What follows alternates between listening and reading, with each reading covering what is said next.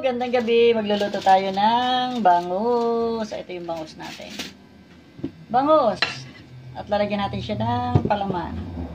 Meron tayong nagayat na kamatis at dalawang sibuyas, luya, and bawang. Iyatin ko lang itong sibuyas at bawang.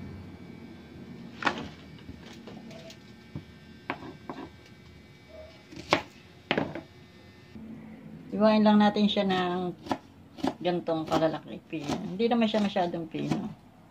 Mahirap naman magpino ng sibuyas. Kaya ganyan lang kalalaki.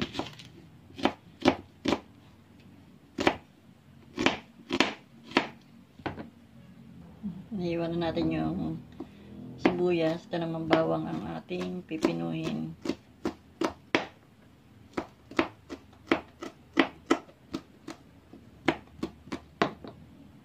Sunod naman natin tong luya. Pipinuhin natin ang luya.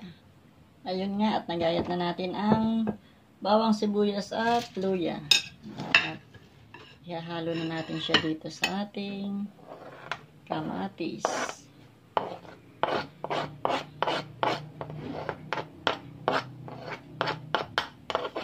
Lalagyan din natin siya ng konting paminta.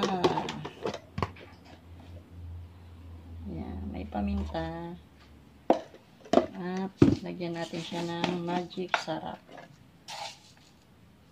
May magic sarap din para malasa. At hahaluin natin.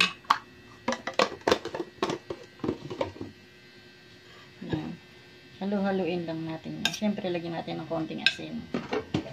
May asin na yung ating bangus, pero lalagyan ko rin ito ng konti. Konti lang.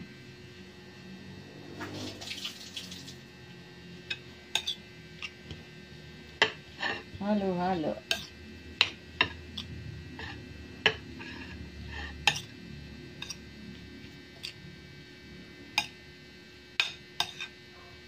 Ito nga pala ay 5 kamatis, 2 sibuyas, at mga 5 pirasong bawang. 5 bigi na bawang. Ito yung ating bangus. At maganda tayo ng foil.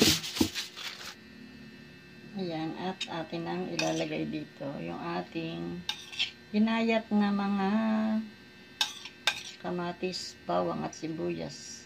Kamatis, bawang, sibuyas at luya.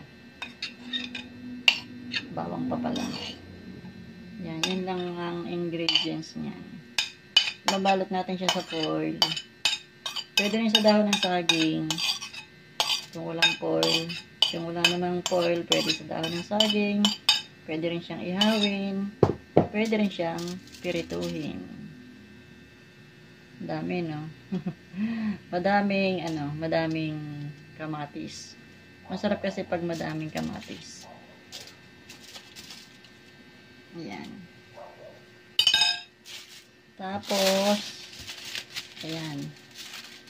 Nakalagay na siya. Tatakloban na lang natin.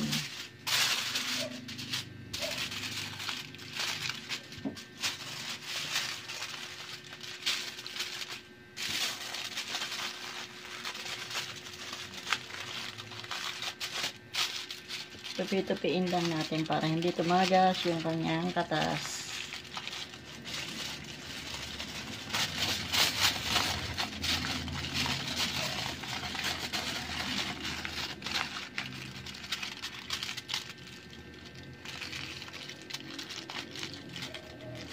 At pinainitan ko na po yung ating kawali.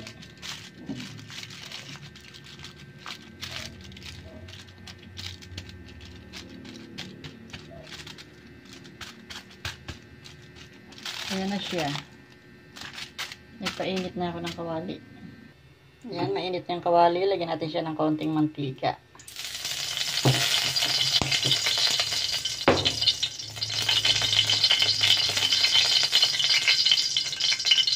Lalagyan na natin yan. Yan lang natin yan. Maluto dyan ng hanggang 10 minuto. At pwede na yan. 10 minutes lang. Luto na yan.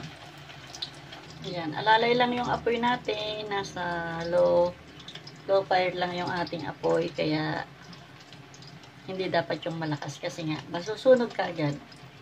Kaya kakunti lang ang apoy. Yan. Naka 10 minutes na. Papatay na natin yung apoy.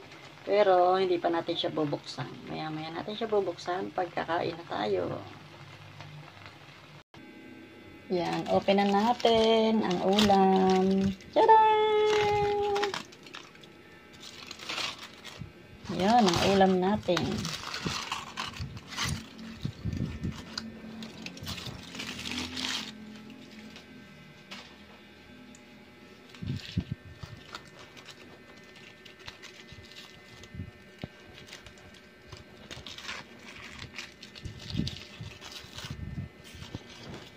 Ito ang ulam natin ngayon.